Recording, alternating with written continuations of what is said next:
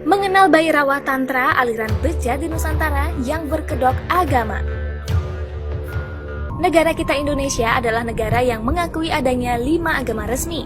Namun, jika membahas tentang kepercayaan, sekte, serta aliran, tentu ada sekitar puluhan ajaran yang ada. Salah satunya adalah Bhairawa Tantra. Untuk kalian yang belum mengetahui, Bhairawa Tantra ini adalah satu dari banyak kepercayaan yang merupakan sekte kiri. Sekte ini juga dikenal sebagai kelompok yang mempraktikkan ritual magis terbilang menyeramkan.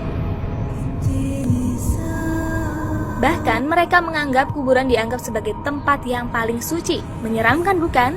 Di sekte Bhairawa Tantra ada banyak sekali misteri yang masih belum terpecahkan. Tidak hanya oleh para peneliti dan pakar ilmu saja, tetapi juga orang-orang yang terlibat dan masuk dalam ajaran tersebut. Lantas, seperti apa ya sesungguhnya ajaran ini? Jika kita melihat kilas balik sejarah, Tantra Bhairawa konon merupakan sekte rahasia dari sinkretisme atau perpaduan kepercayaan antara agama Buddha aliran Mahayana dengan agama Hindu aliran Siwa. Sekte ini muncul kurang lebih pada abad ke-6 Masehi di Benggala sebelah timur. Dari sini, kemudian tersebar ke utara melalui Tibet, Mongolia, masuk ke Cina dan Jepang. Sementara itu, cabang yang lain tersebar ke arah timur memasuki daerah Asia Tenggara termasuk Indonesia. Di Nusantara, meskipun masuk ke dalam sekte rahasia, ada beberapa jejak jelas yang mengisahkan tentang keberadaan mereka. Satu di antaranya adalah Prasasti Surwaso. Dalam prasasti ini diceritakan bahwa Raja Aditya Warman adalah ksatria pertama, yang dalam hal ini adalah pimpinan atau pemegang puncak kuasa. Tak hanya itu, Aditya Warman juga punya tingkat konsentrasi tinggi. Dalam prasasti itu, dirinya digambarkan berada di tempat yang sunyi, duduk di atas tumpukan mayat, sambil tertawa seperti setan.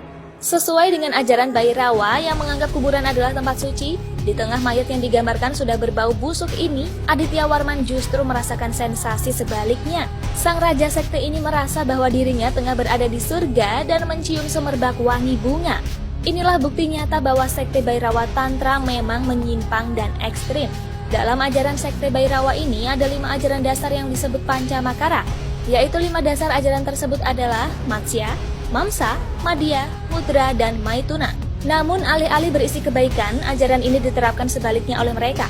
Pertama ada Matsya yang artinya ikan, mereka artikan sebagai keharusan memakan ikan untuk mencapai moksa atau lepas dari duniawi, padahal sebenarnya tidak. Kedua, Mamsa, yang artinya daging, dianggap bahwa mereka diharuskan memakan daging, bahkan daging manusia atau menjadi kanibal sekalipun. Sedangkan Madhya yang artinya minum atau isyarat untuk tidak minum, malah mereka artikan sebaliknya. Mereka mengatakan bahwa selama hidup manusia harus minum atau mabuk alkohol sebanyak-banyaknya. Selanjutnya adalah Mudra yang artinya menari. Dalam berbagai ritual, sekte ini memang gemar melakukan tarian hingga mereka mencapai klimaks atau kelelahan.